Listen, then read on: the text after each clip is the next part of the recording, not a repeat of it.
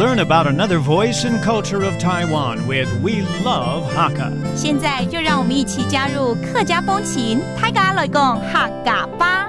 Hello everyone, it's time for some practical Hakka here on FM 100 ICRT. Hello, 你好，大家好，我是 Alice Pong. Hello, 你好，大家好，我是 Joseph Ling. And this month, we're going to teach you a phrase that is so practical, but hopefully you won't use it too often. 其实今天这个月啦，我们要教的这个句子啊，我觉得你应该也会常说，我更常说。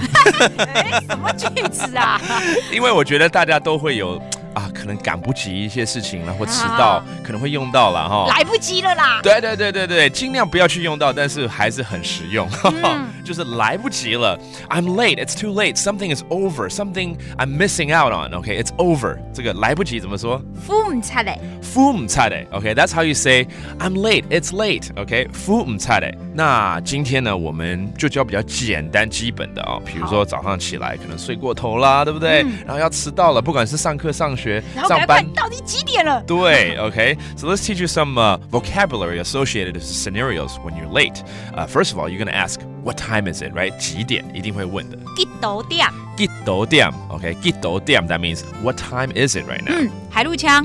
几多点？几多点 Okay. That's a different dialect of asking, what time is it right now?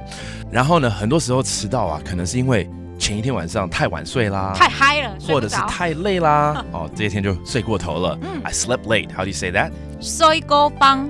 睡过方。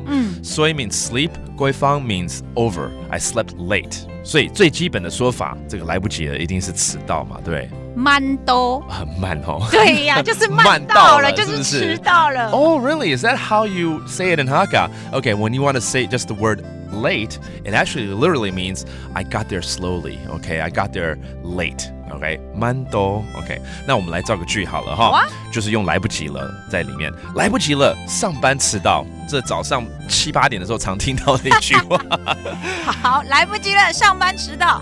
夫唔差的。夫唔差的。上班慢到的。上班慢到的。上班 means going to work. 慢到的 means late. So that whole line, that whole sentence means, oh no, I'm late for work right now. Let's review some of these terms, okay? 几点 What time is it? 几多点 几多点 And then I slept late 睡过头睡过方睡过方 And finally 迟到 just late 慢到慢到 And that's all expressed with the term 来不及了夫唔差的夫唔差的 means I'm gonna miss out on something I'm late And there you go That does it for today's practical Hakka 什么太嘎俺只say 张来了客家风情由客家委员会监制。